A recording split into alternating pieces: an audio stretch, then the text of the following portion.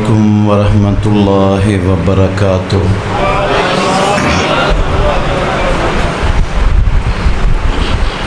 ان الحمد للہ نحمده ونستعینه ونستغفره ونعوذ باللہ من شرور انفسنا ومن سیئات اعمالنا من يهده الله فلا مضل له ومن يضلل فلا هادي له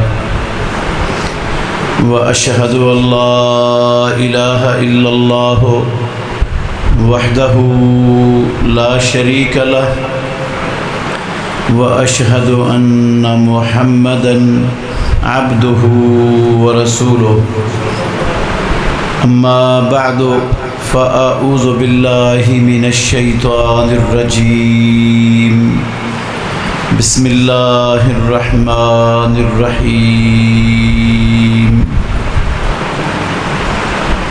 اليوم أكملت لكم دينكم وأتممت عليكم نعمتي ورضيت لكم الإسلام دينا۔ آج میں نے تمہارے لیے تمہارے دین کو کامل کر دیا اور تم پر اپنی نعمت کو پورا کر دیا اور اسلام کو دین کی حیثیت سے تمہارے لیے پسند فرما لیا۔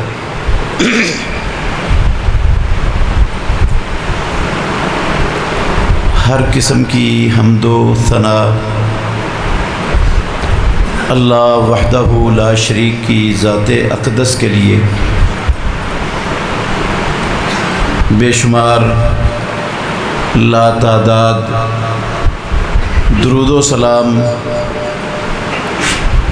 سید الاولین والآخرین خاتم النبیین محمد الرسول اللہ صلی اللہ علیہ وآلہ وسلم کی ذات گرامی کے لیے۔ عزیز بھائیوں، قابل احترام بزرگوں، آدم علیہ السلام سے لے کر محمد الرسول اللہ صلی اللہ علیہ وسلم تک آنے والے تمام انبیاء اور رسولوں کا دین اسلام ہی تھا۔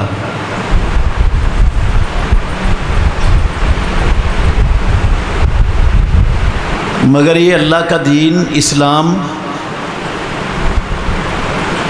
آدم علیہ السلام سے لے کر عیسیٰ علیہ السلام تک کسی نبی کے دور میں مکمل نہیں تھا۔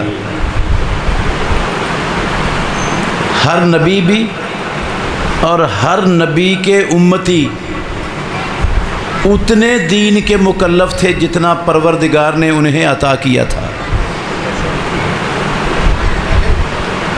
اللہ مالک الملک نے اس دین کو جو آدم علیہ السلام سے شروع کیا تھا، دین اسلام، محمد الرسول اللہ صلی اللہ علیہ وسلم کی زندگی میں مکمل فرما دیا۔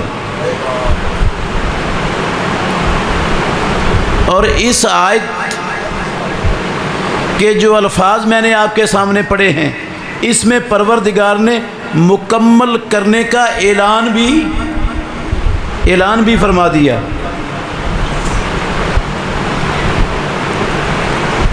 صرف اللہ رب العالمین نے قرآن میں اعلان نہیں کیا، اپنے نبی محمد الرسول اللہ صلی اللہ علیہ وسلم کی زبان سے بھی یہ اعلان کروایا۔ صرف ایک حدیث آپ کے سامنے پڑھوں گا۔ ابو ذر غفاری رضی اللہ عنہ راوی ہیں، الموجم الکبیر امام طبرانی رحمۃ اللہ علیہ کی حدیث کی کتاب ہے، صحیح سند کے ساتھ اس میں یہ حدیث ہے، ما بقی شیء یقرب من الجنت ویباعد من النار الا وقد بین لکم۔ لوگو، کوئی معمولی سے معمولی ایسی چیز بچی ہی نہیں جو قیامت تک آنے والے انسانوں کو جنت کے قریب کرتی ہو، جہنم سے دور کرتی ہو اور وہ بیان نہ ہوئی ہو، ایسی کوئی چیز بچی نہیں۔ جو کچھ انسانوں کو اللہ کی جنت کے قریب کرنے والا تھا، جہنم سے دور کرنے والا تھا، آسمانوں والے رب نے سارے کا سارا نازل کر دیا اور اپنے نبی کی زبان سے ہر شے بیان کروا دی۔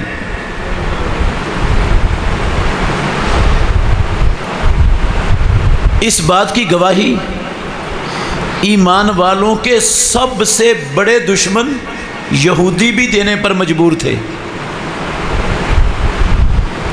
طارق بن شہاب صحیح بخاری میں ہے، کہتے ہیں کہ ایک یہودی عمر ابن الخطاب رضی اللہ عنہ کے پاس آیا، کہنے لگا کہ عمر، تمہارے قرآن میں ایک آیت ہے، اگر وہ ہم پر نازل ہوتی نا تو جس دن اترتی ہم اس دن کو اپنے لیے عید بنا لیتے۔ فاروق اعظم عمر ابن الخطاب رضی اللہ عنہ کہنے لگے وہ کون سی آیت ہے؟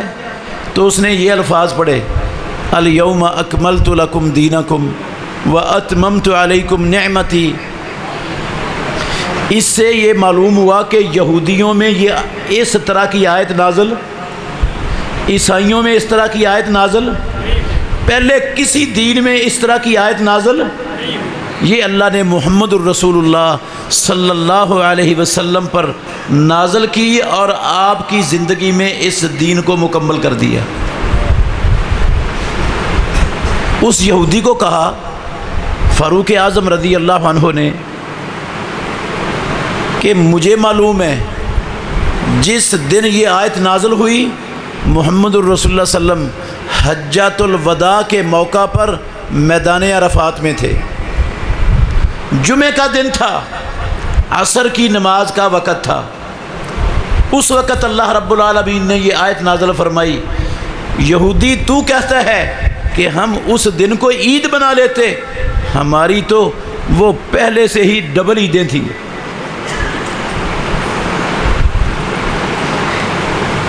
حضرت سلمان فارسی رضی اللہ عنہ کے پاس ایک یہودی آیا، کہنے لگا لَقَدْ عَلَّمَكُمْ نَبِيُّكُمْ كُلَّ شَيْءٍ حَتَّى الْقِرَاءَةَ۔ سلمان، تمہیں تمہارے نبی نے ہر شے سکھا دی، زندگی کی کوئی چیز چھوڑی نہیں، حتیٰ کہ تمہیں تمہارے نبی نے قضائے حاجت کے آداب بھی سکھا دیے۔ سلمان فارسی رضی اللہ عنہ بڑے فخر سے کہتے ہیں، اجل ہاں، ہمارے نبی نے ہمیں قضائے حاجت کے سارے آداب بھی سکھا دیے۔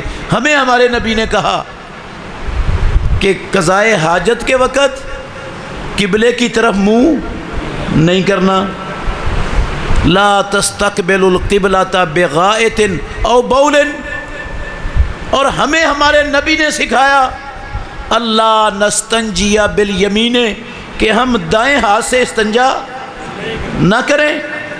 ہمیں ہمارے نبی نے تعلیم دی اللہ نستنجی باقل من ثلاثۃ احجار، اگر ڈھیلوں سے استنجا کرنا ہے تو 3 ڈھیلوں سے ہرگز کم ڈھیلے استعمال نہ کریں۔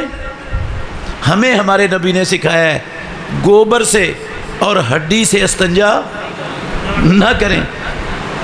جو نبی قضائے حاجت کے آداب تک سکھاتا ہے، وہ کوئی نبی کو چیز چھپا کے رکھے گا اپنے پاس؟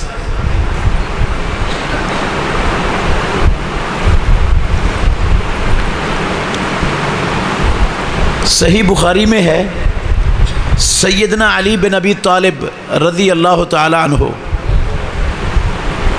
ان سے پوچھا کسی نے کہ کوئی ایسی چیز جو محمد الرسول اللہ صلی اللہ علیہ وسلم نے صرف تمہیں دی ہو، تمہارے علاوہ وہ کسی کو نہ دی ہو، کوئی دین کی ایسی چیز ہے تمہارے پاس؟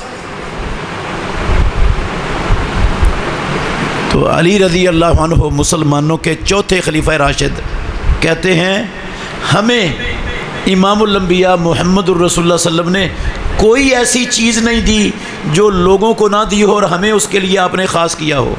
ہاں ہمارے پاس اللہ کی کتاب ہے یا اس کی سمجھ ہے جو پروردگار اپنے بندوں کو عطا کرتا ہے، اور یا اس رجسٹر کے اندر جو کچھ لکھا ہوا ہے وہ ہے۔ پوچھنے والے نے پوچھا اس رجسٹر میں کیا ہے؟ وہ کہتے ہیں العقل و فکاک الاسیر، اس کاپی اور رجسٹر کے اندر دیت کے مسائل کی احادیث ہیں، قیدیوں کو چھڑانے کی احادیث ہیں، وَأَلَّا يُقْتَلَ مُسْلِمٌ بِكَافِرٍ، اور اس کے متعلقہ احادیث ہیں کہ کوئی مسلمان کسی کافر کا وارث نہیں بن سکتا اور کافر مسلمان کا وارث نہیں بن سکتا۔ اس کے علاوہ محمد الرسول اللہ صلی اللہ علیہ وسلم نے ہمیں کوئی خاص چیز عطا نہیں کی۔ اس سے ایک بات تو ہر بندے کو سمجھ آ جانی چاہیے کہ بعض لوگ ہمارے معاشرے میں بڑی ڈٹائی کے ساتھ بے بانگے دہل سر عام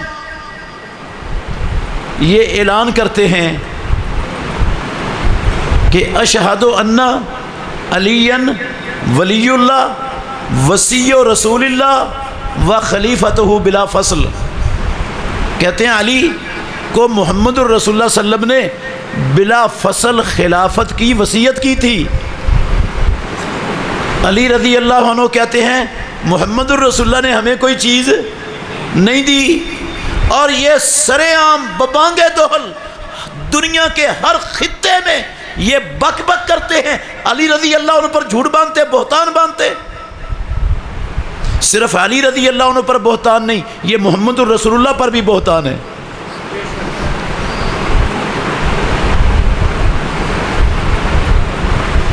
ہماری ماں عائشہ صدیقہ رضی اللہ عنہ کہتی ہیں من زعم، صحیح بخاری میں بھی ہے اور صحیح مسلم میں بھی ہے، من زعم ان محمد صلی اللہ علیہ وسلم کتم شیئا مما انزل اللہ علیہ فقد اعظم علی اللہ الفریہ، جو بندہ یہ سوچ رکھتا ہے، یہ گمان رکھتا ہے کہ اللہ نے جو دین محمد الرسول اللہ پر اتارا اس میں سے کوئی چیز اللہ کے نبی نے چھپا لی، فقد اعظم علی اللہ الفریہ، وہ اللہ پر بہت بڑا بہتان باندھ رہا ہے۔ کہتی ہیں ممکن نہیں، اللہ نے اپنے نبی کو مخاطب کر کے کہا یا ایھا النبی یا ایھا الرسول بلغ ما انزل الیک من ربک فإن لم تفعل فما بلغت رسالتہ، رب نے اپنے نبی کو مخاطب کر کے یہ حکم دیا ہو کہ جو کچھ آپ کے رب نے آپ پر اتارا ہے وہ منوان لوگوں تک پہنچا دو، اور اللہ کے نبی اس اللہ کے حکم کو نہ مانے اور کوئی چیز چھپا کے رکھیں، ایسا ممکن نہیں۔ تو جو یہ کہتا ہے اللہ کے نبی نے دین کی کوئی چیز چھپا لی، وہ اللہ پر جھوٹ باندھ رہا ہے۔ ایک ذرہ تو بڑی چیز ہے، میں کہتا ہوں ذرے کے کروڑویں حصے کے برابر بھی محمد الرسول اللہ صلی اللہ علیہ وسلم نے اللہ کے دین میں سے کوئی چیز چھپا کے سارا کچھ بیان ہو گیا۔ میرے بھائیوں، دین اللہ نے مکمل کر دیا، محمد الرسول اللہ صلی اللہ علیہ وسلم نے سارا دین وہ اللہ کے بندوں تک پہنچانے کا حق ادا کر دیا، اور اس دین کی حفاظت کا اللہ نے ذمہ بھی اٹھا لیا۔ قیامت تک اس میں کوئی رد و بدل کرنے والا کامیاب نہیں ہو سکتا، حفاظت رب کر رہا ہے اس دین کی۔ دین مکمل، اللہ کے نبی نے سارا کچھ پہنچا دیا، اس میں رد و بدل کر کے کوئی کامیاب ہو نہیں سکتا قیامت تک۔ ڈیوٹی کیا ہے میری اور آپ کی اور ساری دنیا کے کلمہ پڑھنے والوں کی؟ ذمہ داری کیا بنائی رب نے؟ فرمایا اتبعوا ما انزل الیکم من ربکم ولا تتبعوا من دونہ اولیاء۔ مسلمانوں، قرآن پڑھنے والوں، جو تمہارے رب نے تمہاری طرف اپنے آخری نبی محمد الرسول اللہ صلی اللہ علیہ وسلم پر نازل کر دی ہے، صرف اس کی اتباع کرو، اس کے سوا کسی کی اتباع، صرف اس کی پیروی کرو۔ تمہارا کام اتباع کرنا ہے، پیروی کرنا ہے، اس دین میں ترمیم یا اضافہ اس کی تمہیں اجازت؟ اچھا تم کیا ہو؟ اس کی اجازت اللہ نے محمد الرسول اللہ صلی اللہ علیہ وسلم کو بھی نہیں دی۔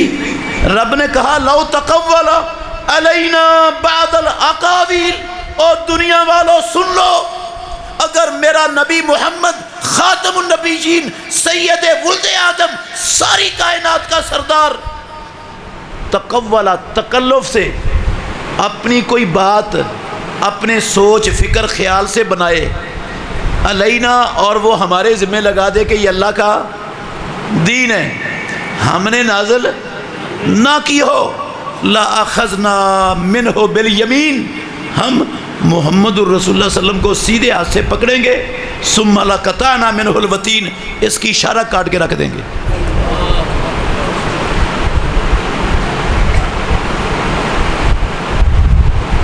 دین بنانا یہ اختیار ہے صرف رب کا، یہ حق ہے صرف اللہ کا۔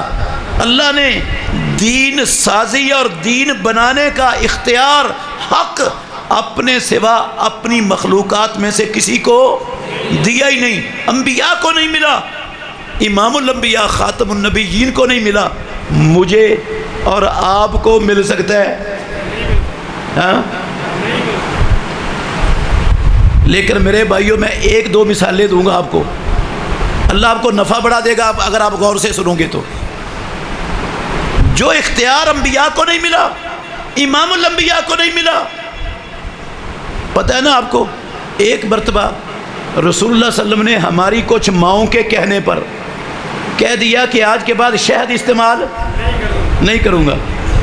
پروردگار نے قرآن نازل کر دیا، یا ایھا النبی لما تحرم ما احل اللہ لک، اے محمد صلی اللہ علیہ وسلم آپ کیوں حرام کرتے ہو اس چیز کو جس کو اللہ نے آپ کے لیے حلال کیا؟ آپ کون ہوتے ہو؟ آپ کو کس نے حق دیا ہے؟ قد فرض اللہ لکم تحلۃ ایمانکم، اللہ نے آپ پر فرض کر دیا، یہ قسم توڑو، اس کا کفارہ دو، اور جس کو کہا نہیں کھانا اس کو کھاؤ۔ محمد الرسول اللہ صلی اللہ علیہ وسلم کو بھی دین سازی، دین بنانے کا اختیار، بنانے کا حق ہے رب کا، اللہ نے یہ حق کسی کو دیا نہیں۔ آج مسلمانوں نے، کلمہ پڑھنے والوں نے، محمد الرسول اللہ سے محبت کرنے والوں نے، امام الانبیاء کی پیدائش پر خوشیاں منانے والوں نے، قسم اللہ کی دین سازی کا حق جو صرف رب کا تھا وہ ایک نہیں بے شمار لوگوں کو دے دیا، بے شمار لوگوں کو دے دیا۔ حق رب کا، رب نے انبیاء کو نہیں دیا، خاتم النبیین کو نہیں ملا، کلمہ پڑھنے والوں نے بے شمار لوگوں کو دے دی ہے۔ چند مثالیں دوں گا اس کی، آپ غور کریں۔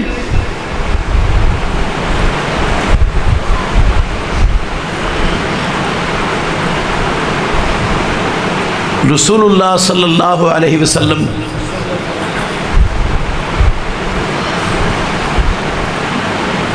کی زندگی میں دین مکمل ہو گیا، کوئی کسر تو نہیں، کوئی ترمیم اضافے کی گنجائش تو نہیں۔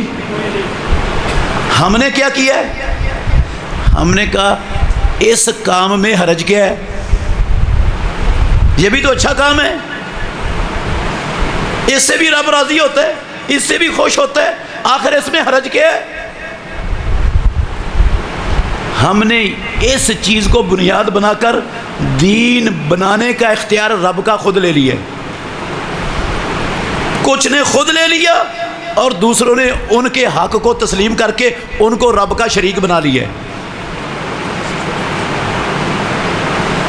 صحابہ رضوان اللہ علیہ مجمعین، میرے محترم بھائیوں، ہرگز ہرگز ایسی کسی چیز کا کسی کو اختیار نہیں دیتے تھے، حضرت عبداللہ بن عمر رضی اللہ عنہما، ان کے پاس ایک بندے کو آئی چھینک، ترمذی شریف میں ہے حدیث، چھینک آئی تو وہ کہتا ہے الحمدللہ والصلاۃ والسلام علی رسول اللہ. اس کا ترجمہ ہے سب تعریفیں اللہ کے لیے اور درود و سلام ہو محمد الرسول اللہ پر.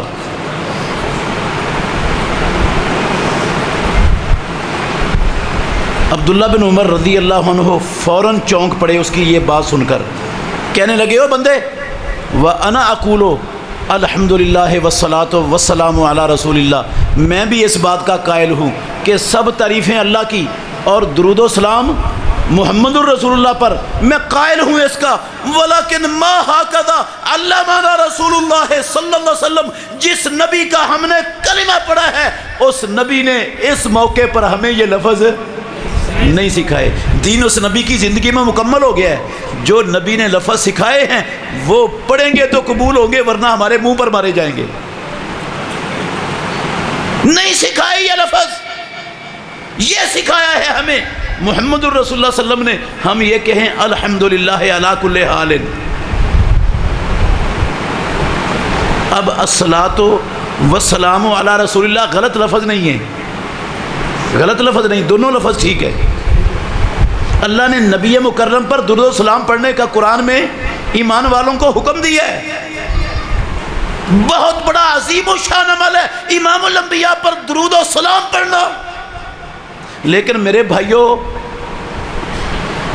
وہ درود و سلام جو آسمانوں والے رب نے اتارا ہے، محمد رسول اللہ نے پڑھا ہے، آپ نے اپنی امت کو سکھایا ہے، ہمیں اپنے پاس سے کوئی درود و سلام بنانے کی اجازت ہاں رسول اللہ کو نہیں تھی تو مجھے اور آپ کو کیسے ہو جائے گی؟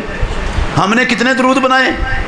یہ درود ماہی ہے، یہ درود تاج ہے، یہ درود مقدس ہے، یہ درود تنجینہ ہے، یہ درود لکھی ہے، یہ درود فلاں ہے، یہ درود فلاں ہے، یہ درود فلاں ہے. درجنوں کے حساب سے درود مسلمانوں نے بنا لیے. اللہ کے گھر میں بیٹھا ہوں، قسم ہے مجھے پیدا کرنے والے کی، ان درودوں کا ایک لفظ نہ آسمانوں والے رب نے قرآن میں اتارا، نہ محمد رسول اللہ کی زبان سے نکلا.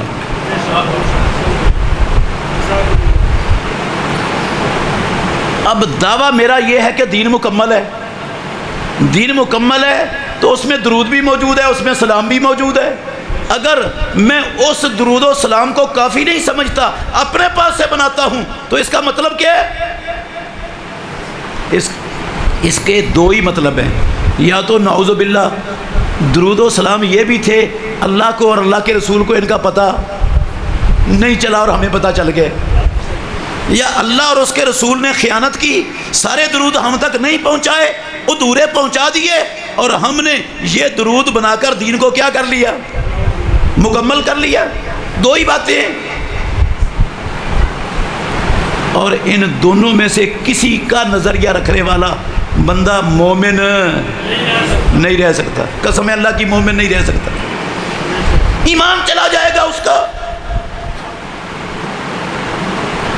اور جو لفظ اللہ کے نبی نے جو کام کیا، جیسے کیا، جب کیا، جہاں کیا، وہ دین ہے. ہم اس کو رد و بدل کریں گے، جو کام کیا اس میں اضافہ کریں گے، وہ دین نہیں ہوگا، وہ ہمارے منہ پر مارا جائے گا. اذان ہے نا، اذان برا عمل ہے یا اچھا ہے؟ ہاں کیا؟ نہیں، غلط ہے جواب آپ کا. اذان اچھا عمل نہیں، اللہ کی قسم بہت اچھا ہے. اچھا نہیں، کیا ہے؟ بہت اچھا، عظیم الشان عمل ہے اذان. اللہ کا، اللہ کے رسول کا نام بلند ہوتا ہے اس میں. کوئی کلمہ اس میں برا نہیں ہے. اگر ہم یہ اذان، غور کرنا ذرا، نماز جنازہ سے پہلے اذان پڑھ لیں، عید الفطر سے پہلے اذان پڑھ لیں، عید الاضحیٰ سے پہلے اذان پڑھ لیں، نکاح سے پہلے، نکاح پڑھانے سے پہلے اذان پڑھ لیں، میت کو دفن کرنے کے بعد قبر پر اذان پڑھ لیں، تو اچھا کام ہے نا. ثواب ملے گا نا؟ کیوں بھائی؟ ابھی آپ نے کہا تھا بہت اچھا کام ہے، ابھی آپ کہتے ہیں نہیں بھائی ثواب نہیں ملے گا، اچھا کام نہیں، کیوں نہیں اچھا کام؟ میرے بھائیوں کام اچھا ہے اذان، لیکن ان موقعوں پر محمد رسول اللہ نے نہ پڑھی ہے، نہ آپ نے پڑھنے کی ترغیب دی ہے، نہ آپ کی موجودگی میں آپ کے صحابہ نے کسی نے پڑھی ہے۔ دین اللہ کے نبی کی زندگی میں مکمل ہو گیا۔ اگر ان موقعوں پر اذان کہنا نیکی ہوتا، ثواب ہوتا، اللہ کے تقرب کا ذریعہ ہوتا، جنت کے قریب لے جانے والا ہوتا، جہنم سے بچانے والا ہوتا، تو قسم اللہ کی محمد الرسول اللہ ضرور کہتے ہیں ان موقعوں پر۔ جب اللہ کے نبی نے نہیں کہی، ہم کہیں گے تو یہ دین اسلام نہیں ہے، یہ دین اسلام نہیں۔ بظاہر اچھا عمل ہے، امام الانبیاء نے نہیں کیا، وہ اسلام نہیں۔ سنن دارمی میں حدیث ہے، عبداللہ بن مسعود رضی اللہ عنہ، لمبی حدیث ہے، میں خلاصہ بیان کرنے لگا ہوں۔ عبداللہ بن مسعود رضی اللہ عنہ ایک مسجد میں آئے، مسجد میں نا لوگ حلقے بنا کے بیٹھے ہوئے ہیں، ان کے پاس یہ بجری کی کینکریاں پڑی ہوئی ہیں ان کے سامنے۔ ایک بندہ ان کو کہتا ہے 100 مرتبہ سبحان اللہ پڑھو، وہ کہتے ہیں سبحان اللہ سبحان اللہ سبحان اللہ، پھر کہتا ہے 100 مرتبہ الحمدللہ پڑھو، وہ پڑھتے ہیں الحمدللہ الحمدللہ، گنتے جا رہے ہیں گٹھلیوں ان کینکریوں پر، پھر کہتا ہے 100 مرتبہ اللہ اکبر پڑھو، وہ اللہ اکبر پڑھتے ہیں۔ عبداللہ بن مسعود رضی اللہ عنہ ایک حلقے پر جا کر کھڑے ہو گئے، یہ کیا ہو رہا ہے؟ یہ کیا ہو رہا ہے؟ وہ کہنے لگے اللہ کا ذکر کر رہے ہیں۔ کیوں عزیز بھائیو، یہ الفاظ اللہ کا ذکر ہیں یا نہیں؟ ہیں؟ اللہ کا ذکر ہیں، فضیلت والا ذکر ہے، اللہ اکبر بھی ذکر ہے، سبحان اللہ بھی ذکر ہے، الحمدللہ بھی ذکر ہے، بڑا عظیم الشان اجر ہے اس پڑھنے کا، اور وہ ذکر کر رہے ہیں بیٹھے۔ عبداللہ بن مسعود رضی اللہ عنہ کو غصہ چڑھ گیا، بڑے سخت لہجے میں کہنے لگے عبداللہ بن مسعود رضی اللہ عنہ، اوئے ابھی محمد الرسول اللہ صلی اللہ علیہ وسلم کو دنیا سے گئے زیادہ دیر نہیں ہوئی، ابھی آپ کے استعمال والے برتن نہیں ٹوٹے، ابھی محمد الرسول اللہ کے کپڑے بسیدہ نہیں ہوئے، ابھی اللہ کے نبی کے وافر صحابہ دنیا میں موجود ہیں۔ تم یہ بتاؤ کہ تم نبی کے طریقے سے اچھا طریقہ لے کے آئے ہو یا گمراہی کا دروازہ کھول رہے ہو؟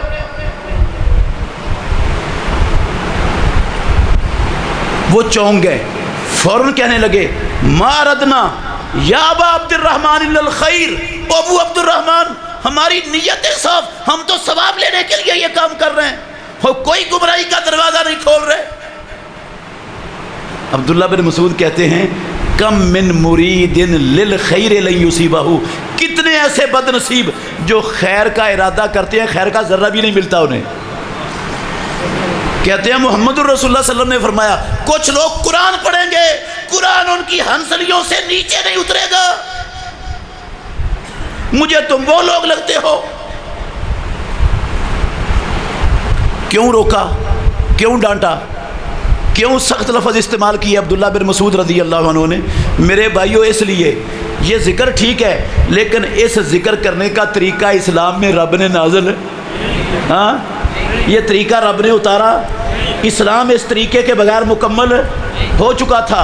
اگر یہ طریقہ اللہ کے قرب کا ذریعہ ہوتا تو قسم اللہ کی محمد الرسول اللہ یہ طریقہ اپنی زندگی میں ضرور اختیار کرتے، یا کم از کم اختیار کرنے کی ترغیب دیتے کہ گٹھلیوں پر گنو، کٹھے بیٹھ کر گنو، 100 مرتبہ پڑھو، اس طرح ذکر کرو اجتماعی۔ اگر یہ ہوتا تو محمد رسول اللہ صلی اللہ علیہ وسلم ضرور کرتے، صحابہ ضرور کرتے، نہ صحابہ نے کیا نہ رسول اللہ صلی اللہ علیہ وسلم نے کیا، یہ لوگوں نے شروع کر دیا جن کو عبداللہ بن مسعود رضی اللہ عنہ نے دیکھا، انہوں نے ڈانٹا، ان کو روکا۔ راوی کہتے ہیں ابو سلمہ، اس روایت کے جو راوی ہیں کہتے ہیں میں نے ان لوگوں کو دیکھا جنگ نہروان میں سارے کے سارے خارجیوں کے ساتھ مل کر حضرت علی رضی اللہ عنہ اور مسلمانوں پر تیر چلا رہے تھے۔ صحابی نے وہ طریقہ بھی گوارا اور برداشت نہیں کیا جو طریقہ محمد الرسول اللہ کی زندگی میں نہیں تھا۔ عمل ثابت بھی ہو تو اس کے لیے طریقہ بھی کون سا ہونا چاہیے؟ اسلام کا، رب کا نازل کردہ، امام الانبیاء کا سکھایا ہوا۔ اگر ہم کوئی چیز اپنے پاس سے بنائیں گے وہ بھی قبول نہیں، طریقہ اپنے پاس سے ایجاد کریں گے وہ بھی قبول نہیں ہے۔ میں آپ کو مثال دیتا ہوں، سجدہ کرنا، سجدہ کرنا مثال ہے موٹی سی، یاد رکھنا۔ سجدہ کرنا اچھا کام ہے یا گندا؟ بہت اچھا کام ہے۔ سب سے زیادہ قریب محمد الرسول اللہ صلی اللہ علیہ وسلم نے فرمایا بندہ اللہ کے سب سے زیادہ قریب کس حالت میں ہوتا ہے؟ سجدے کی حالت میں۔ صحابی نے رسول اللہ صلی اللہ علیہ وسلم کی خدمت کی، آپ نے خوش ہو کر کہا مانگو، کیا چاہیے تمہیں؟ کہنے لگا اسالو کا مرافقتک فی الجنہ، اے محمد صلی اللہ علیہ وسلم آپ کی جنت میں رفاقت چاہیے، جنت میں آپ کی رفاقت مل جائے۔ آپ نے فرمایا سن پھر، فَإِنِّي عَلَىٰ نَفْسِكَ بِكَثْرَةِ السُّجُودِ، میں بھی تیری رب کے پاس سفارش کروں گا، تو زیادہ سجدے کر کے میری مدد کر، زیادہ نوافل پڑھ، زیادہ سجدے کر، تو یہ کام کر، میں اللہ سے دعا کروں گا، سفارش کروں گا، تو امید ہے اللہ تجھے میری رفاقت دے دے گا۔ آپ نے اس کو طریقہ سکھایا، زیادہ سجدے کرنے بھی ثابت، سجدے میں کی حالت میں سب سے زیادہ بندہ اللہ کے قریب، سجدہ کرنے کا، رکوع کرنے کا اللہ نے اپنے بندوں کو حکم دیا نا حکم، وسجدوا ورکعوا، رب نے قرآن میں کہا سجدے کرو اور رکوع کرو۔ اب غور کرنا میرے بھائیوں، اگر توجہ سے سننی ہے یہ بات، اگر میں آپ کا امام ہوں، آپ کو نماز پڑھاتا ہوں، بہت توجہ سے سنیے گا، میں کہتا ہوں کہ قرآن میں اللہ نے رکوع اور سجدے کرنے کا حکم دیا، رسول اللہ صلی اللہ علیہ وسلم نے زیادہ سجدے کرنے کا حکم دیا، سجدے کی حالت میں بندہ سب سے زیادہ اللہ کے قریب ہوتا ہے، تو میں نے آج کے بعد ہر رکعت کے اندر 4 سجدے کرنے ہیں اور ہر رکعت میں 2 رکوع کرنے ہیں۔ فجر کی ہر رکعت میں 2 رکوع کروں گا، ہر رکعت میں 4 سجدے کروں گا۔ قرآن میں اللہ نے سجدے کا حکم دیا ہے، رکوع کا بھی حکم دیا ہے۔ سجدے کی حالت میں سب سے زیادہ بندہ اللہ کے قریب ہوتا ہے، رسول اللہ صلی اللہ علیہ وسلم نے زیادہ سجدے کرنے کا کہا ہے، تو میں یہ سجدے کروں تو آپ مجھے امام رکھیں گے، میرے پیچھے نماز پڑھیں گے؟ ہیں کیوں یار؟ سجدہ تو قرآن سے ثابت ہے، نبی کے فرمان سے ثابت ہے، ہاں کیوں نہیں پڑھو گے؟ بھئی سجدے ثابت ہے قرآن سے، حدیث سے، لیکن یہ والا طریقہ جس نبی پر اللہ نے اسلام کو مکمل کیا ہے اس نے زندگی میں ایک مرتبہ بھی اختیار نہیں کیا۔ میں 2 رکوع کروں گا، 4 سجدے کروں گا، میری پہلی نماز بھی برباد ہو جائے گی، ضائع ہو جائے گی، نماز قبول نہیں۔ کیوں؟ میں نے محمد الرسول اللہ کے طریقے کو چھوڑا ہے، میں نے دین میں کیا کر دیا ہے؟ اضافہ کر دیا۔ اچھا اور مثال دیتا ہوں، فجر کی نماز کی میں 2 کی بجائے 3 رکعتیں پڑھا دیتا ہوں، پڑھو گے؟ کیوں؟ رکعت ایک اضافہ کرنے میں حرج کیا ہے؟ اس میں سورہ فاتحہ ہوگی، سورہ اخلاص ہوگی، رکوع ہوگا، سجدے ہوگے، ہیں سبحان ربی العظیم، سبحان ربی الاعلیٰ، سمیع اللہ، کوئی گاڑ ہے اس میں یار؟ جو کچھ پہلی 2 رکعتوں میں پڑھا وہی تیسری رکعت میں پڑھوں گا تو نماز کیوں نہیں ہوگی؟ کوئی غلط کام ہے یہ؟ اور میرے بھائیوں غلط ہے، دین محمد الرسول اللہ کی زندگی میں مکمل ہو گیا۔ اگر یہ 3 رکعتیں پڑھنا فجر کی نیکی ہوتا تو قسم ہے اللہ کی محمد الرسول اللہ ضرور کرتے۔ جب اللہ کے نبی نے نہیں کیا تو میں اور آپ کیسے کر سکتے؟ ہمیں کس نے حق دیا یہ؟ اور مجھے پتہ ہے آپ ایسے بندے کے پیچھے نماز نہیں پڑھیں گے، اس کو امام رہنے، لیکن ہم نے تو ایسے بڑے بڑے کاموں والوں کو امام بنایا ہوا ہے، ان کے ساتھ کھڑے ہیں، ان کو پیسے بھی دیتے ہیں، ان کے ساتھ مددگار بنے ہوئے ہیں، جنہوں نے ان سے بڑے بڑے کام اللہ کی قسم ایجاد کر دیے، وہ ان کی تو دلیلیں موجود ہیں، ہم نے ان چیزوں کو دین بنا دیا جن کے متعلق کتاب و سنت میں کعبے کے رب کی قسم ایک لفظ موجود نہیں، ایک لفظ موجود نہیں کتاب و سنت میں، اس کو دین بنا لیا، ہم نے مان لیا، سینے سے لگا لیا، ہم نے ان کو امام بنا لیا، گھر سے دین بنانے والوں کو۔ آپ کہیں گے وہ کیسے؟ لو سنو، اللہ اکبر۔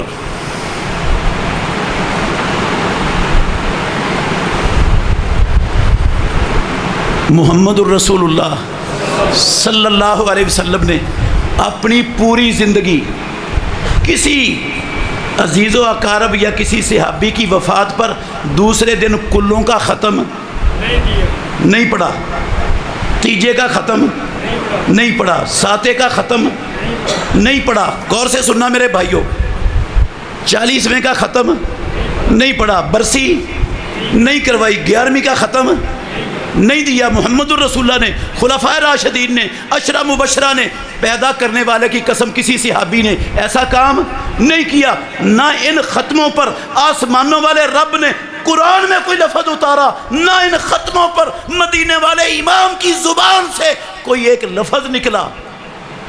کچھ لوگوں نے ان کو کیا بنا لیا؟ دین، اللہ کے تقرب اور ثواب کا ذریعہ۔ اعلان ہوتا ہے، میں نے اپنی مسجد اپنے کانوں سے اللہ کی قسم درجنوں مرتبہ مسیتوں سے اعلان سنے کہ فلاں کے کلوں کا ختم اتنے بجے پڑھا جائے گا، حاضر ہو کر ثواب دارین حاصل کریں، شرکت فرما کر کیا کریں؟ ثواب کس کام پر ملتا ہے؟ دین پر۔ اس کا مطلب ہے دین بنا لیا ہم نے اس کو۔ اور جنہوں نے، اچھا اس ختم کی تو کوئی دلیل نہیں، کوئی دلیل نہیں، نہ قرآن میں نہ حدیث میں۔ سجدے کی تو دلیل تھی، جو اس نے سجدے میں سجدہ اضافہ کیا دلیل کے ساتھ، آپ نے اس کو کہا تو نہیں امام بن سکتا۔ اور جس نے بغیر کسی دلیل کے گھڑ لی چیز، ہم نے اس کو امام بنا لیا، اس پر خوش ہو گئے، راضی ہو گئے، جیوے جیوے کے نعرے لگا دیے اس کے پیچھے۔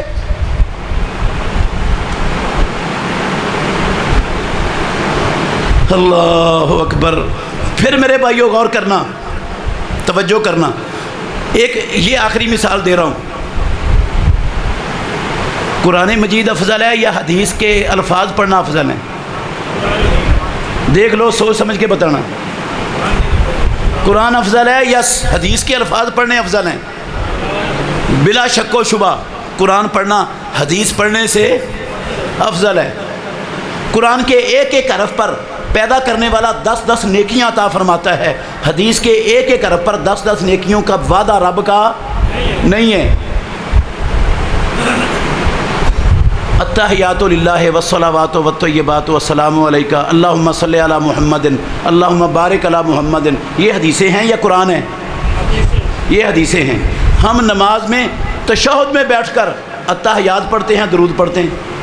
اگر التحیات اور درود کی بجائے ہم چاروں کل پڑھ لیں، سورہ بقرہ پڑھ لیں، سورہ آل عمران پڑھ لیں، تو نماز ہو جائے گی نا ہماری؟ ہیں کیا غلط کام کیا ہے؟ وہ قرآن پڑھنا غلط ہے بھائی؟ یار ایک مفضول چیز چھوڑ کے افضل پڑھی ہے قرآن پڑھنا۔ تو آپ نے کہا بھی قرآن افضل ہے حدیث سے، تو میں نے حدیث کی بجائے قرآن پڑھا اس جگہ پر۔ نماز نہیں ہوگی، اس لیے نہیں ہوگی کہ اسلام اللہ نے اپنے نبی کی زندگی میں مکمل کر دیا، اس میں رد و بدل کا کسی کو اختیار ہے؟ کوئی چیز ساری دنیا اس کو اچھی کہتی ہو، محمد الرسول اللہ نے نہیں کیا، کعبے کے رب کی قسم ہے وہ اللہ کو قبول، وہ اسلام نہیں۔ وَمَن يَبْتَغِ غَيْرَ الْإِسْلَامِ دِينًا فَلَن يُقْبَلَ مِنْهُ وَهُوَ فِي الْآخِرَةِ مِنَ الْخَاسِرِينَ۔ جو اسلام کے علاوہ کسی اور چیز کو دین بنائے گا جو رب نے نہیں اتارا، وہ ہرگز اس سے قبول، اس کے منہ پر دے مارا جائے گا، دنیا میں اور آخرت میں خسارہ پانے والا بن جائے گا۔ من عمل عملا لیس علیہ امرنا فہو رد من احدث فی امرنا ھذا ما لیس منہ فہو رد۔ امام الانبیاء نے فرمایا مردود رب کو نہیں چاہیے وہ نیکی جو نبی کے طریقے پر نہیں، جو نبی نے نہیں کی۔ میرے محترم بھائیوں، پھر غور کرنا، پھر غور کرنا۔ آپ نے کہا قرآن پڑھنا افضل ہے، اگر ہم جانور ذبح کرتے وقت بسم اللہ اللہ اکبر، یہ قرآن کی آیت نہیں ہے، یہ حدیث کے لفظ ہیں، اس کی بجائے چاروں کل پڑھ کے ذبح کر لیں تو جانور حلال ہو جائے گا یا حرام؟ ہیں کیوں؟ یار قرآن پڑھا کوئی گالیاں نکالیاں کسی کو، حرج کیا ہے؟ اور حرج یہ ہے دین کو اللہ نے اپنے نبی کی زندگی میں مکمل کر دیا، اعلان کر دیا، نبی سے کروا دیا، ایک ذرے کے کروڑویں حصے کے برابر اللہ کی قسم اس میں نقص چھوڑا، میرے لیے اور آپ کے لیے اس میں اضافے کی گنجائش رہنے یار نبی کو اضافہ کرنے کی اجازت نہیں، میں کیسے اضافہ کر سکتا ہوں؟ مجھے کہاں سے حق مل گیا؟ اور ہم نے یہ حق جو اللہ نے نبی کو نہیں دیا ہم نے لوگوں کو دے دیا۔ کیا کیا؟ ابھی آپ دیکھیں ربیع الاول کا مہینہ شروع ہوتا ہے، اللہ کی قسم میں نے دیکھا ربیع الاول کا چاند چڑھنے سے 2 دن پہلے سڑکوں پر جھنڈے لگنے شروع ہو گئے سبز رنگ کے، جن کے اوپر نالین کا نقشہ بنا ہوا ہے۔ وہ بڑے بڑے جھنڈے ابھی 2 دن رہتے ہیں چاند چڑھنے میں شروع ہو گئے لگنے، ہر طرف جھنڈیاں لگ گئیں، بازار سج گئے، گورنمنٹ کی عمارتوں پر بے پناہ چراغاں ہو گیا۔ کیا ہو رہا ہے جی؟ محمد الرسول اللہ صلی اللہ علیہ وسلم کی پیدائش پر خوشی منائی جا رہی ہے۔ ہمیں اللہ کے نبی سے بڑی محبت ہے، نبی کے نام پر خوشی کا اظہار کر رہے ہیں، نبی سے محبت کا طریقہ ہے یہ۔ اس کا مطلب ہے ابو بکر صدیق رضی اللہ عنہ کو نبی سے محبت کا طریقہ آتا نہیں تھا، نعوذ باللہ۔ عمر فاروق کو نبی سے محبت کا طریقہ نہیں آتا تھا، نہ ابو بکر کو نبی کی پیدائش پر خوشی، نہ عمر کو خوشی، نہ عثمان کو خوشی، نہ علی المرتضیٰ کو خوشی، نہ حسن و حسین کو خوشی، نہ امیر معاویہ رضی اللہ عنہ کو خوشی، نہ پیارے پیغمبر کے عشرہ مبشرہ صحابہ کو خوشی، نہ 1.5 لاکھ صحابہ کو خوشی۔ انہوں نے کسی نے اللہ کی قسم ایسا کام، پیدا کرنے والے کی قسم نبی کی محبت کے نام پر یہ کام جو آج مسلمان کر رہے ہیں، اللہ کی قسم ایک کام نہ قرآن میں، نہ حدیث میں، نہ صحابہ کی زندگیوں میں۔ لو چھوڑو آپ قرآن کو، حدیث کو، صحابہ کی زندگیوں کو، میں اللہ کے گھر میں بیٹھا ہوں، دعوے سے کہتا ہوں، دعوے سے، امام ابو حنیفہ رحمۃ اللہ علیہ، کوئی مائی کا لال پوری دنیا میں مجھے امام ابو حنیفہ رحمۃ اللہ علیہ کی فقہ سے ایک لفظ دکھا دے ان کاموں پر، ایک لفظ، ایک سطر نہیں، اللہ کی قسم ایک سطر نہیں مانگتا، ایک لفظ مانگ رہا ہوں، ایک لفظ دکھا دو ان کاموں پر جو آج محمد الرسول اللہ کی محبت کے نام پر ہم سب کر رہے ہیں۔ اگر یہ کام نیکی ہوتا، اللہ کے نبی سے محبت ہوتی، اللہ کے تقرب کا ذریعہ ہوتا، ثواب کا کام ہوتا، کعبے کے رب کی قسم صحابہ کبھی پیچھے نہ رہتے، وہ ہم سے آگے بڑھ کر یہ کام کرتے۔ اللہ کے نبی کبھی ان کاموں سے پیچھے نہ رہتے، وہ سب سے پہلے کر کے دکھاتے۔ جب اللہ نے نازل نہیں کیا ان کاموں کی کوئی دلیل، محمد الرسول اللہ صلی اللہ علیہ وسلم نے کیا نہیں ان میں کاموں میں سے کوئی، صحابہ نے نہیں کیا، امام ابو حنیفہ نے نہیں کیا، ان کے شاگردوں میں سے امام ابو یوسف، امام محمد بن حسن شیبانی، امام ظفر، اللہ کی قسم کسی ابو حنیفہ رحمۃ اللہ علیہ کے شاگردوں میں سے بھی کسی نے یہ کام نہیں کیا۔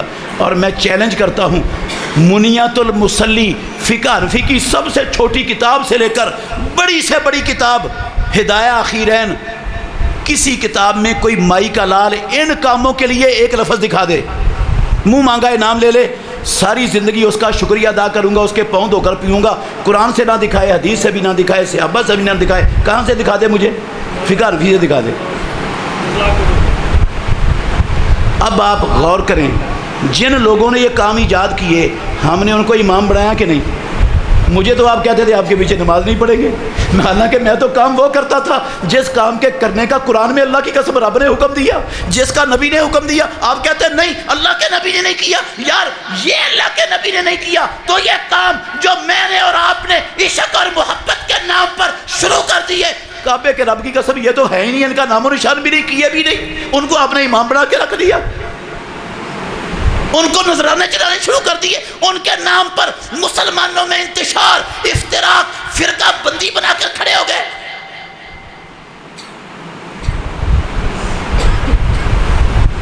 غور کرنے والی بات ہے یار، اگر دین مکمل ہے، محمد رسول اللہ کی زندگی میں ہو گیا ہے، تو کم از کم کوئی ایک آدھ لفظ تو ملنا چاہیے تھا ان کاموں کی دلیل کے طور پر۔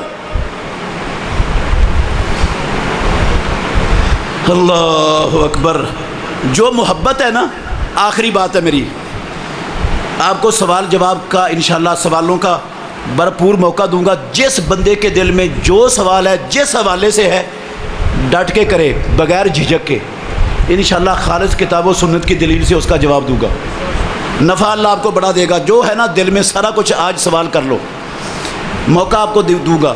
آخری بات کر رہا ہوں، نبی صلی اللہ علیہ وسلم سے محبت کے دعوے تو بڑے ہیں، نبی صلی اللہ علیہ وسلم سے محبت کے دعوے تو بڑے ہیں، لیکن قسم اللہ کی نبی کی اتباع، نبی کے طریقے سے نفرت ہے۔ نبی سے محبت کا دعویٰ ہے، نبی کی سیرت کا نام ہے، نبی کی سیرت بیان کرتے ہیں، لیکن نبی کی سیرت کو اپنانے کے لیے تیار، نبی کی صورت ہمیں پسند، نبی کی سیرت ہمیں پسند، نہ نبی کی شکل پسند، نہ نبی کا ہیئر سٹائل پسند، نہ نبی کا لباس پسند، نہ نبی کی نماز کا طریقہ پسند، نہ نبی کا رہن سہن پسند، کوئی شے ہمیں نبی کی پسند۔ کن کو؟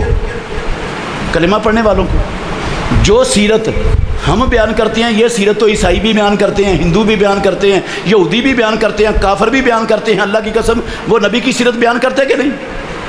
ہاں، ایک عیسائی کی، ایک سکھ کی کتاب میں نے پڑھی، اللہ کے گھر میں بیٹھا ہوں، رسول عربی پاکستان میں چھپی فیصل آباد کے اندر، رسول عربی اتنی موٹی کتاب ہے، قسم اللہ کی اس کا لکھنے والا سکھ ہے، مسلمانوں سے بھی اچھی سیرت لکھی ہے اس نے محمد الرسول اللہ کی، سکھ نے۔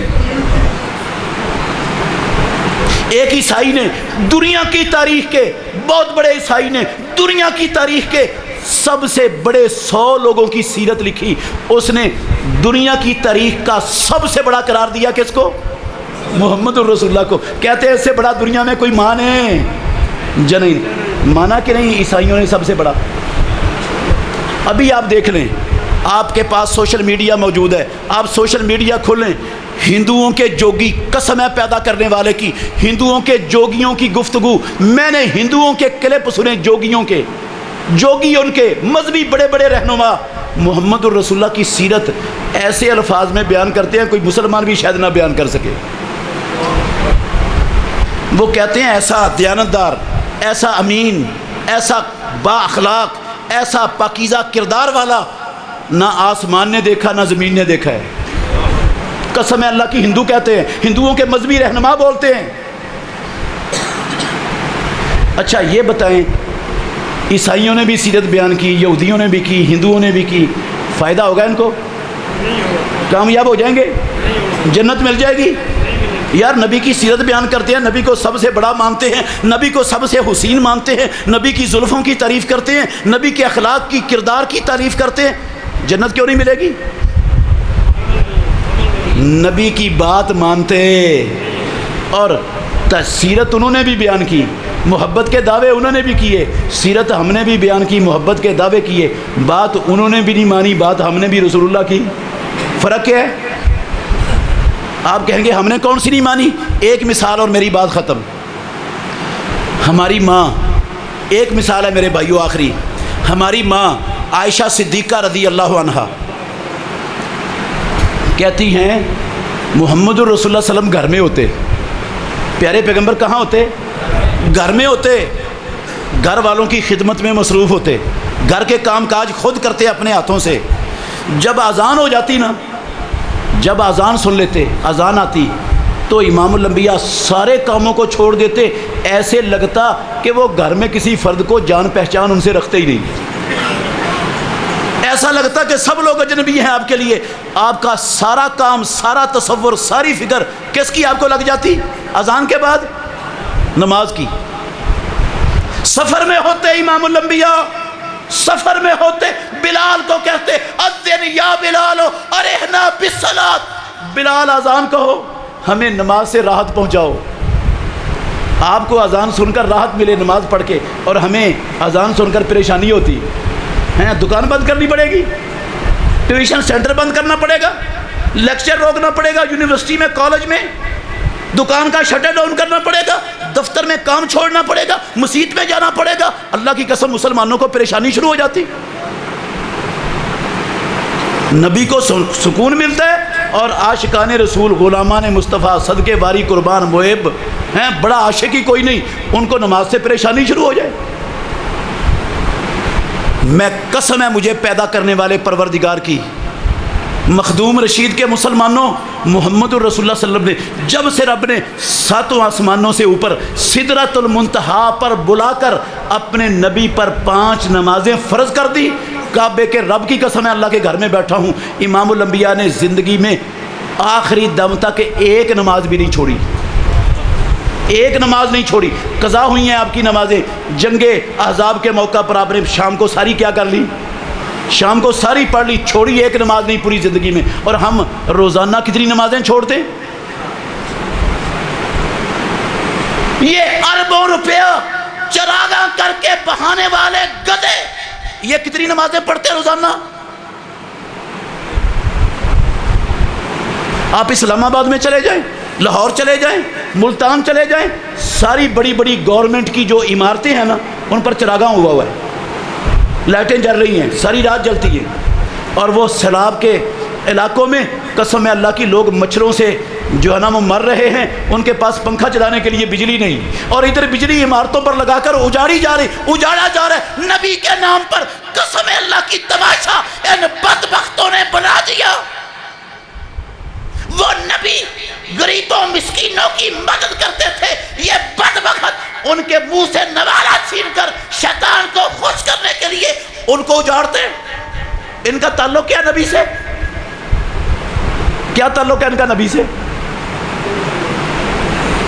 کتنی محبت ہے ان کو, کتنی خوشی ہے ان کو نبی کی آمد سے. نبی کی ایک شے انہیں پسند نہیں.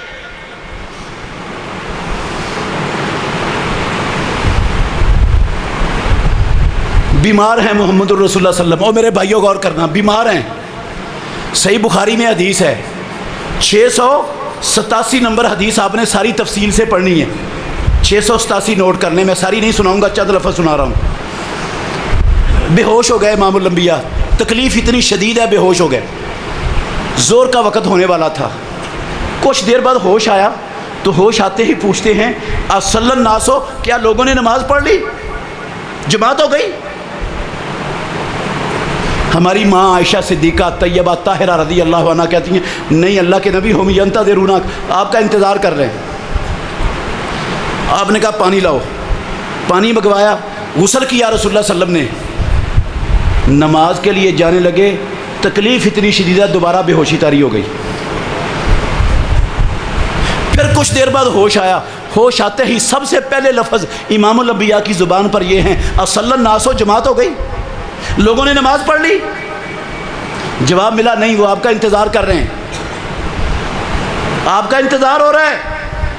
آپ نے دوبارہ پانی منگوایا, پھر غسل کیا, نماز کے لیے اٹھنے لگے, پھر بے ہوشی طاری ہو گئی. تیسری مرتبہ کے بعد پھر ہوش آیا. جب آیا پھر پوچھا نماز ہو گئی, جماعت ہو گئی, لوگوں نے نماز پڑھ لی؟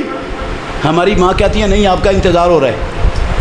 اور میرے محترم بھائیوں, اللہ کے لیے ٹھنڈے دل سے غور کرنا, جس نبی کی آمد پر ہم جشن مناتے ہیں, خوشیاں مناتے ہیں, عید مناتے ہیں, اور جس نبی سے محبت کے دعوے کرتے ہیں, اس نبی کو اپنی اس شدید تکلیف میں بھی فکر کس چیز کی ہے؟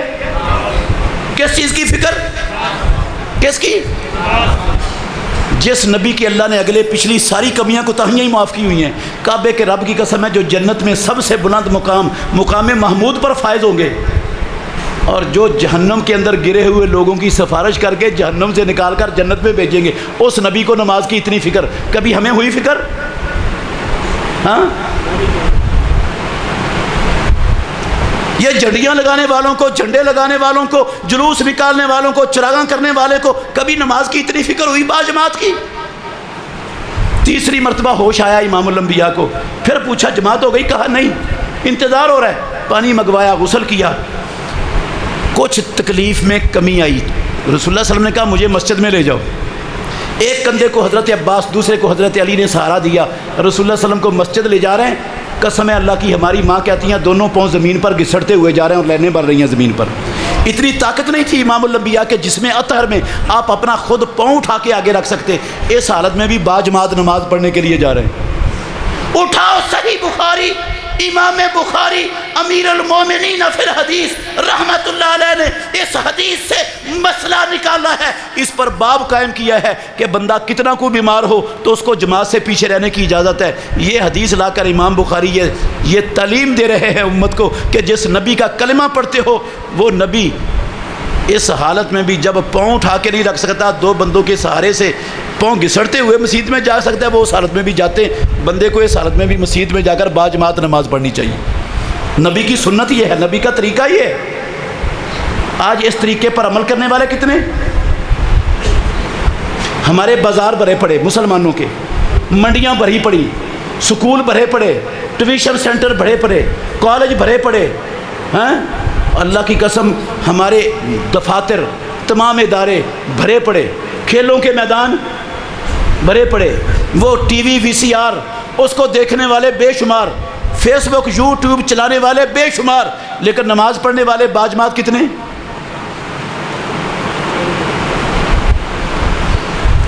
یہ میں کیسے مان جاؤں ان کو نبی سے محبت ہے؟ جن کو نبی سے محبت ہوتی ہے ان کا یہ کردار ہوتا ہے، وہ نماز سے جان چھڑاتے ہیں، نماز ان کے لیے بوجھ بنتی ہے، وہ نماز سے بھاگتے ہیں، نماز کو اپنے وقت کا ضیاع سمجھتے ہیں۔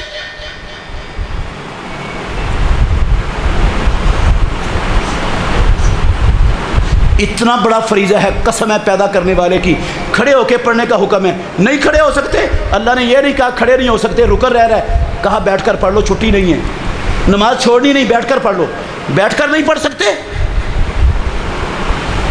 کہا کوئی مسئلہ نہیں لیٹے ہوئے ہی پڑھ لو، چھٹی معافی نہیں ہے نماز کی، چھوڑنے کی اجازت نہیں۔ وضو کے بغیر نماز رسول اللہ صلی اللہ علیہ وسلم نے فرمایا قبول نہیں ہوتی۔ وضو نہیں کر سکتے، بیمار ہو، زخمی ہو، پانی نہیں مل رہا، نماز کا ٹائم ہے، کوئی مسئلہ نہیں، زمین پر ہاتھ مار کے پڑھ لو، تیمم کر لو، چھٹی۔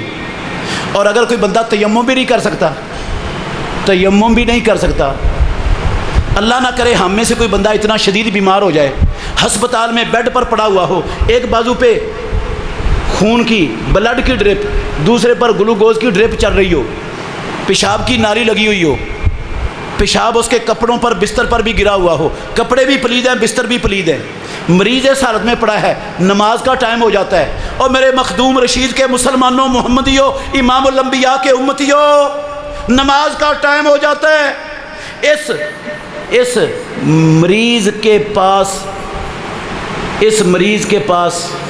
اس کے کپڑے اور اس کا بستر بدلنے والا کوئی نہیں، اس کو وضو تیمم کروانے والا بھی کوئی نہیں، اور یہ مریض خود ہلنے جلنے سے قاصر ہے، مگر اس بیمار کے ہوش و حواس کام کر رہے ہیں، عقل کام کر رہی ہے۔ میں اللہ کے گھر میں بیٹھا ہوں، مخدوم رشید کے میرے بھائیوں، قسم ہے مجھے پیدا کرنے والے پروردگار کی، اس حالت میں پڑے مریض کو بھی رب نے نماز چھوڑنے کی قسم ہے اللہ کی اجازت نہیں دی، وہ بغیر وضو کے، بغیر تیمم کے، پلید کپڑوں میں، پلید بستر پر جیسے پڑا ہے ویسے ہی پڑھ لے، رب ایسے ہی قبول کرنے کے لیے تیار ہے۔ اس نے کہا لا یکلف اللہ نفسا الا وسعها فاتقوا اللہ ما استطعتم، نہیں طاقت رکھتے کسی چیز کی، نہیں ایسے ہی پڑھ لو، رب ایسے ہی قبول کر لے گا۔ چھٹی نہیں دی نماز سے، اور ہم تو سارے چھٹی لے کے بیٹھے ہوئے، ہمیں تو نماز کی پرواہ فکر ہی کوئی نہیں، ہیں سب سے بڑے نبی کے محب، نبی کے عاشق، بڑی محبت ہے، بڑی خوشی ہے نبی کی آمد سے، نبی نے جس نماز کو زندگی میں ایک مرتبہ بھی نہیں چھوڑا، ہمیں موت پڑتی ہے وہ نماز 5 وقت باجماعت پڑھتے ہوئے، ہمارا ٹائم ضائع ہوتا ہے۔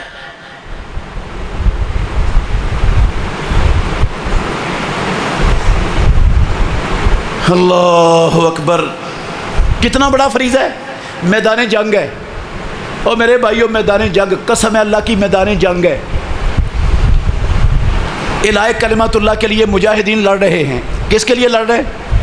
اللہ کے دین کو اللہ کی زمین پر غالب کرنے کے لیے اللہ کے دشمنوں سے لڑ رہے ہیں۔ چھوٹا سا عمل نہیں ہے، اسلام کا سب سے چوٹی کا عمل، اس سے افضل عمل اسلام میں قرآن میں لکھا ہوا ہے، اس سے افضل عمل اسلام میں، قسم ہے اللہ کی، جہاد فی سبیل اللہ سے افضل عمل اسلام میں نہیں ہے، وہ سب سے اونچا عمل کر رہا ہے۔ نماز کا ٹائم ہو جاتا ہے، کیا ہو جاتا ہے؟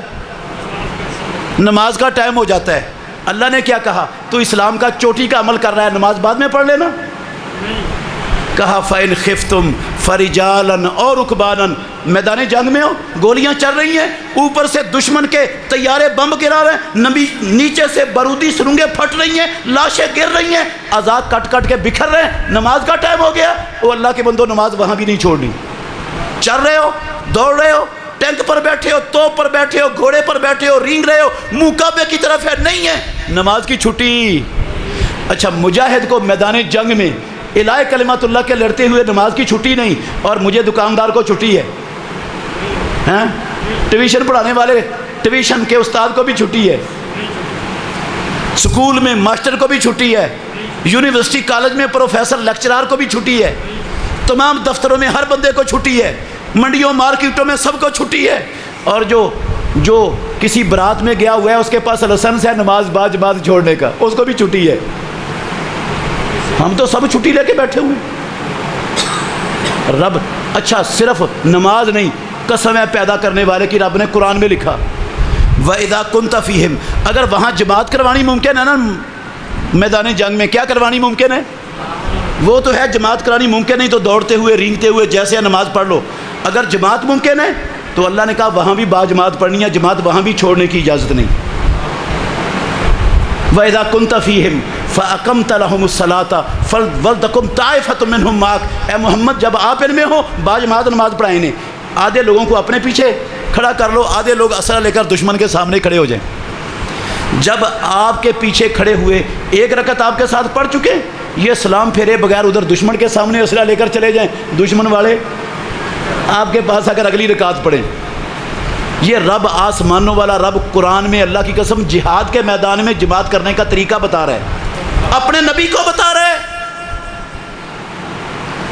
جہاد کے میدان میں مجاہد کو نماز سے جماعت سے چھٹی نہیں، جہاں ممکن ہو۔ مجھے اور آپ کو ہر شے سے چھٹی، اور ہم سب سے بڑے نبی کے ماننے والے، ہم سے بڑا محب پیدا ہی کوئی نہیں ہوا۔ ہمارا تعلق کیا ہے محمد الرسول اللہ سے؟ ہم نے نبی کو سمجھا کیا ہے؟ نبی کو رب نے کس لیے بھیجا؟ جشن منانے کے لیے؟ شرلیاں چلانے کے لیے؟ ناچ گانے کے لیے؟ پہاڑیاں بنا کر عورتیں سج پھپ کر پھول کلی کی طرح وہ گھومے بازاروں میں، اس لیے محمد الرسول اللہ آئے دنیا میں؟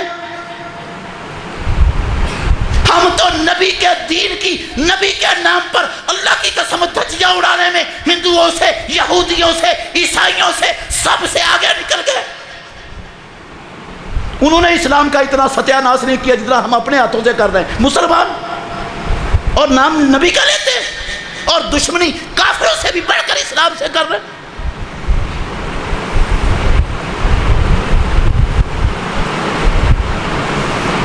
نبی کیا کہتے تھے؟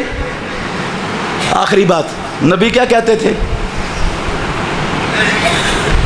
ابو سفیان گیا، ہرقل نے اپنے دربار میں بلایا، عیسائیوں کا بادشاہ، دنیا کی سپر پاور کا بادشاہ ہرقل، محمد الرسول اللہ صلی اللہ علیہ وسلم کا خط پہنچا ہوا ہے اس کے پاس۔ ابو سفیان تجارت کے لیے مکے سے گیا ہے، وہاں پر اس نے بلا لیا، محمد الرسول اللہ صلی اللہ علیہ وسلم کے بارے میں پوچھا، کہا سچ سچ بتانا، میں کوئی سوال کروں گا اور ان کے صحیح صحیح جواب دینا۔ صحیح بخاری کی حدیث ہے۔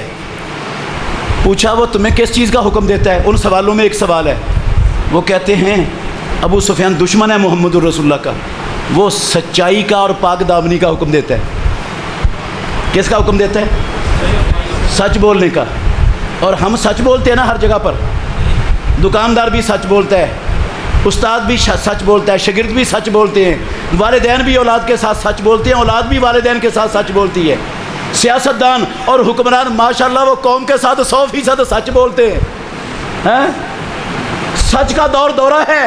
اور یار نام نبی کا، کعبے کے رب کی قسم، شیطان نے بھی شاید اتنا بڑا سرے عام ڈنگے کی چوٹ پر جھوٹ کا مظاہرہ نہ کیا ہو جتنا آج یہ نبی کے نام پر جشن منانے والے جھوٹ بول رہے ہیں۔ سرے عام کعبے کے رب کی قسم، نہ شرم نہ حیا، اتنے بڑے جھوٹ ڈنگے کی چوٹ پر بول رہے ہیں، کوئی شرم آئی نہیں۔ اور نام محمد الرسول اللہ، ہم نبی کے عاشق ہیں، ہم نبی سے محبت ہے، ہمیں بڑی خوشی ہے نبی کی پیدائش پر دنیا سے۔ کیا خوشی ہے تمہیں؟ نبی پاک دامنی کا حکم دیتا ہے۔ پاک دامنی کا مطلب کیا ہے؟ آسمانوں والے رب نے انسانوں کے اندر جنسی خواہش کو پیدا کیا، رب نے پیدا کیا، یہ انسان کا اپنا اختیار، رب نے پیدا کیا جنسی خواہش، اور آسمانوں والے رب نے اس جنسی خواہش کو پورا کرنے کا طریقہ بھی آسمانوں سے نازل کیا ہے، صاف ستھرا پاکیزہ نکاح یا ملک یمین، دو طریقے ہیں، یا نکاح ہے یا کیا ہے؟ ملک یمین۔ ملک یمین کیا ہوتا ہے؟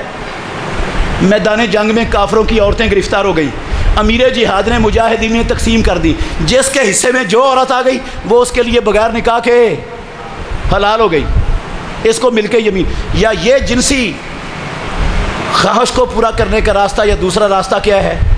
نکاح۔ اللہ کے نبی کا یہ دین ہے، نبی اس کا حکم دینے کے لیے آئے، لیکن ہم نے کیا کیا؟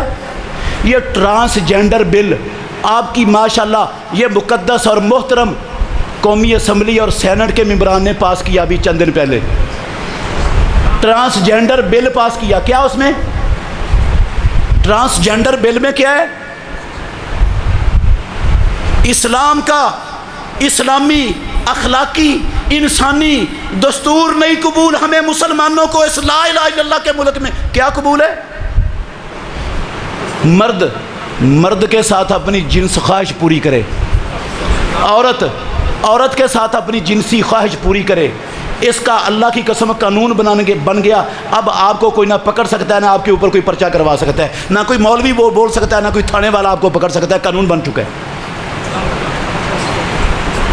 یہودیوں نے نہیں بنایا، آپ کے جن کو آپ 30 سالوں سے کرسیوں پر ان کی صندوقڑیاں پر کے بٹھاتے ہو، اللہ کی قسم ان رب کے دشمنوں نے دنیا میں اللہ کی قسم 5 درجن مسلمان حکومتیں، کسی کو توفیق نہیں ملی، 5 درجن مسلمان حکومتوں میں سے سب سے پہلا گند پوری اسلامی دنیا میں مارنے والے آپ کے یہ پارلیمنٹرین کتے، انہوں نے گند مارا ساری دنیا میں، مسلمانوں کو ذلیل کر کے رکھ دیا پوری دنیا میں، پاکستان کو۔ لا الہ الا اللہ کے پوری دنیا میں کسی ملک کو یہ توفیق نہیں وہ ہم جنس پرستی کا قانون پاس کرے۔ عیسائیوں میں ہے، یہودیوں میں ہے، یورپ میں ہے، کسی مسلمان ملک میں آج تک آپ کا ملک دنیا میں مسلمانوں کا سب سے پہلا ملک بن گیا جہاں ہم جنس پرستی کی قانونی اجازت مل گئی۔ بل میں لکھا کیا؟ ٹرانسجینڈر میں ایک مرد ہے ہٹا کٹا صحت مند، اللہ نے اس کو پورا مرد بنایا ہے، کوئی نقص نہیں، شادی شدہ ہے، 2-4 بچوں کا باپ ہے۔ اب اس کا دل کرتا ہے کہ میں بیوی سے تنگ آ گیا ہوں، اب میں کسی مرد سے اپنی جنسی خواہش پوری کروں، تو وہ جائے نادرا کے دفتر میں، نادرا کو جا کر کہے بھئی میرے اندر عورتوں والی صفات پیدا ہو گئی ہے، اب مجھے عورتوں کا شناختی کارڈ جاری کیا جائے۔ نہ اس کی اس بات پر وہ نادرا والے نہ اس سے کوئی میڈیکل سرٹیفکیٹ مانگیں گے، نہ کوئی اس کا معائنہ کروائیں گے کسی جگہ پر، بس اس کی بات پر اس کو شناختی کارڈ مل جائے گا۔ کس کا؟ عورتوں والا۔ اور ایک مرد ہے ہٹا کٹا، اللہ نے اس کو مرد بنایا، پورے اعضاء والا، کوئی نقص نہیں اس کے اندر، سلیم الاعضاء ہے، 2-4 بچوں کا باپ ہے۔ اب اس کے دل میں شیطان نے خباثت بھر دی، وہ کہتا ہے کہ میں عورت کے ساتھ اپنی جنس خواہش پوری کروں۔ عورت کہتی ہے مرد کے ساتھ نہیں، مجھے تسلی ہوتی۔ وہ کیا کرے؟ وہ عورت جا کر وہاں کہہ دے کہ میں مرد بن گئی ہوں، میرے اندر مردوں جیسی صفات پیدا ہو گئی ہیں۔ کعبے کے رب کی قسم یہ آپ کے ملک کا قانون بنا دیا ان کتوں نے، جن کو آپ 30 سالوں سے ووٹیں دے کر سیٹوں پر بٹھاتے ہو۔ اب وہ جائے وہاں پر، مرد کو مل گیا عورت کا شناختی کارڈ، ٹھیک ہے، اب یہ مرد ہے، عورت کا شناختی کارڈ لے کر یہ کسی دوسری جس کے پاس مرد کا، یہ عورت ہے نا، مرد ہے، اس نے لے لیا کس کا سرٹیفکیٹ؟ عورت کا۔ اب یہ دوسری عورت جس کے پاس عورت کا ہے نا شناختی کارڈ، اس کے ساتھ جا کر نکاح کر سکتی ہے۔ عورت مرد کا سرٹیفکیٹ لے کر وہ مرد کے ساتھ نکاح کر سکتی ہے، قانونی تحفظ حاصل ہے، کوئی پوچھنے والا نہیں ملک میں۔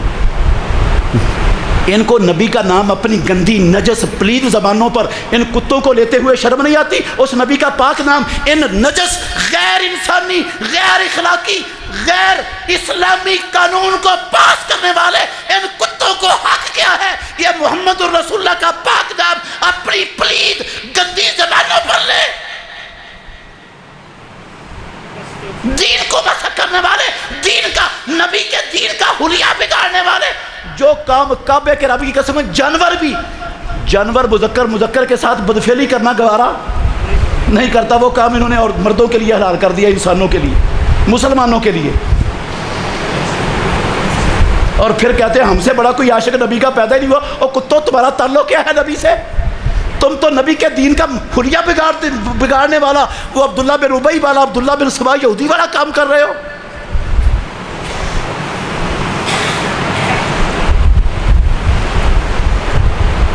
اللہ نے سود کو حرام کیا ہے۔ کس نے حرام کیا؟ اللہ نے۔ ایک ملک بتاؤ گے مسلمانوں کا جس نے سود کو اپنے ملک میں حرام کیا ہو؟ محمد الرسول اللہ پر اتری آیت، اللہ کی قسم آپ حجۃ الوداع میں تھے، منا میں کھڑے تھے، آپ نے اعلان کر دیا لوگوں جاہلیت کا سارا سود محمد الرسول اللہ کے قدموں کے نیچے دفن۔ سب سے پہلا سود جس کے خاتمے کا میں اعلان کرتا ہوں وہ میرے چچا عباس بن عبد المطلب کا سود ہے، سارے کا سارا ختم۔ آج کے بعد ایک ٹیڑی پیسہ نہ سود کا لینا ہے نہ، اللہ نے حکم اتارا، محمد الرسول اللہ نے عمل کر کے دکھا دی۔ نبی کے سیرت کی اتباع کرنے والا 5 درجن مسلمان ملکوں میں سے ایک ملک کا نام بتا دو مجھے۔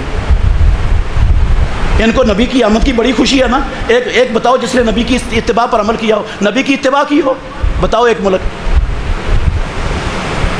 آپ کے ملک میں، اس لا الہ الا اللہ کے ملک میں، مسلمانوں کے اسلام پر بنے ہوئے ملک میں 1999 میں پاکستان کی وفاقی شرعی عدالت نے قانون بنا دیا، بل پاس کر دیا کہ یہ سود کو اللہ اور اس کے رسول نے حرام کیا ہے۔ پاکستان مسلمانوں کا لا الہ الا اللہ محمد الرسول اللہ کے نام پر بنا ہوا اسلامی ملک ہے۔ قرآن و حدیث، رب اور اس کا رسول اسلامی ملک میں سود چلانے کی اجازت نہیں دیتے، لہٰذا ہم فیصلہ کرتے ہیں 2 سال کے اندر اندر ملک پاکستان کا سارا سود کیا کر دیا جائے، ختم، سارا سودی سسٹم ختم کر دو۔ فیصلہ کس نے کیا؟ مخدوم رشید کی کسی محلے کی پرائیویٹ پنچایت نے نہیں، اللہ کی قسم پاکستان کی وفاقی شرعی عدالت کا فیصلہ۔ 2 سال کے اندر اندر ختم کر دو۔ نبی نے ایک سیکنڈ میں ختم کر دیا اللہ کا حکم آنے کے بعد، انہوں نے کہا 2 سال، چلو مان لیا 2 سال، حالات بدل گئے ہیں 2 سال، ابھی ہفتہ نہیں گزرا تھا اس فیصلے کو کیے ہوئے۔ اس وقت کا وزیر اعظم نہ ہندو تھا، نہ سکھ تھا، نہ یہودی تھا، نہ کمیونسٹ تھا، نہ بدھ مت تھا، قسم ہے اللہ کی کلمہ پڑھنے والا، جھنڈیاں لگانے والا، یہ چراغاں کرنے والا، جلوسوں کی قیادت کرنے والا، مرا نہیں ہے، زندہ ہے آج بھی، اٹھا اور اس نے جا کر سپریم کورٹ میں رٹ دائر کر دی کہ ہمیں اس فیصلے کے خلاف سٹے دیا جائے، کیونکہ سود کو اگر حرام کرتے ہیں تو سود کو روک کر ہمارا ملک چل، قسم ہے اللہ کی، یہ اس کے لفظ کہتا ہمارا ملک چل نہیں سکتا۔ اس کا کیا مطلب ہے؟ اس کا مطلب ہے آسمانوں والا رب پاکستان کو دنیا میں چلتا دیکھنا گوارا نہیں کرتا تھا۔ رب چاہتا تھا اس ملک کا پیدا ہوتے ہی بیڑا غرق ہو جائے، سارے بھوکے مر جائیں، اس لیے رب نے ان پر سود کیا کر دیا، حرام کر دیا۔ اور یہ رب کے مقابلے میں دوسرا خدا کھڑا ہوا جس نے رب کے حکم کو معطل کر کے کہا تو ہمارا ملک فنا کرنا چاہتا ہے، تیرا حکم نہیں چلے گا، ادھر میرا چلے گا، سود بند نہیں ہوگا۔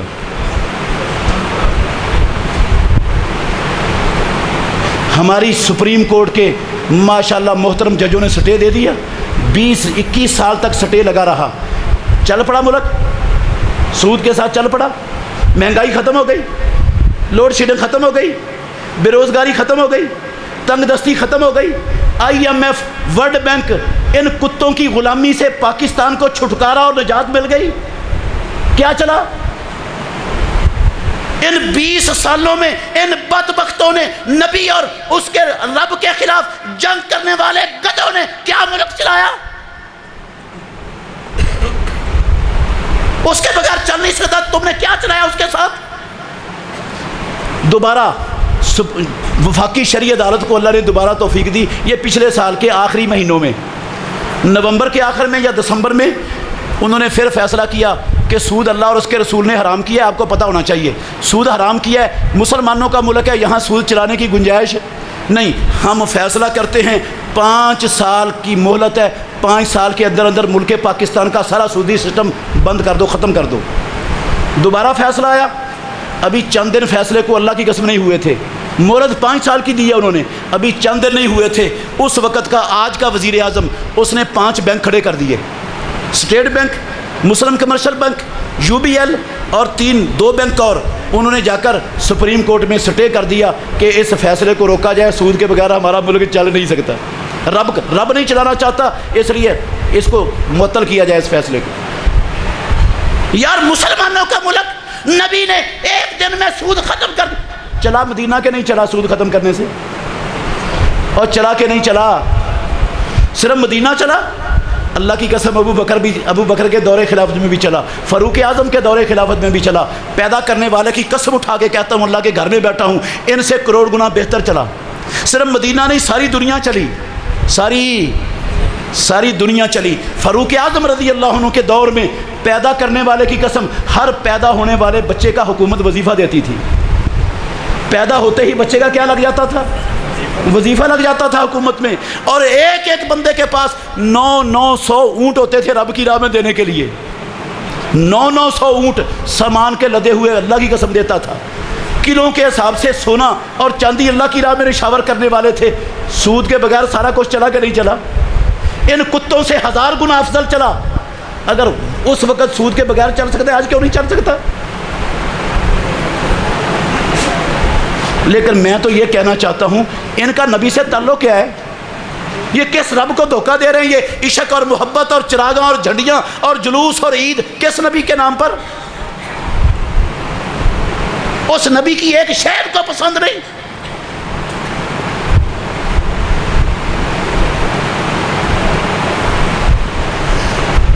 تو میرے بھائیو آئیے، یہ زندگی بڑی تھوڑی ہے، یہ زندگی بڑی تھوڑی ہے۔ اللہ نے ہمیں اس دنیا میں رہنے کے لیے پیدا نہیں کیا۔ ہماری اصل منزل آخرت ہے، وہ زندگی کبھی ختم نہیں ہونی، وہاں موت نے ختم ہو جانا ہے۔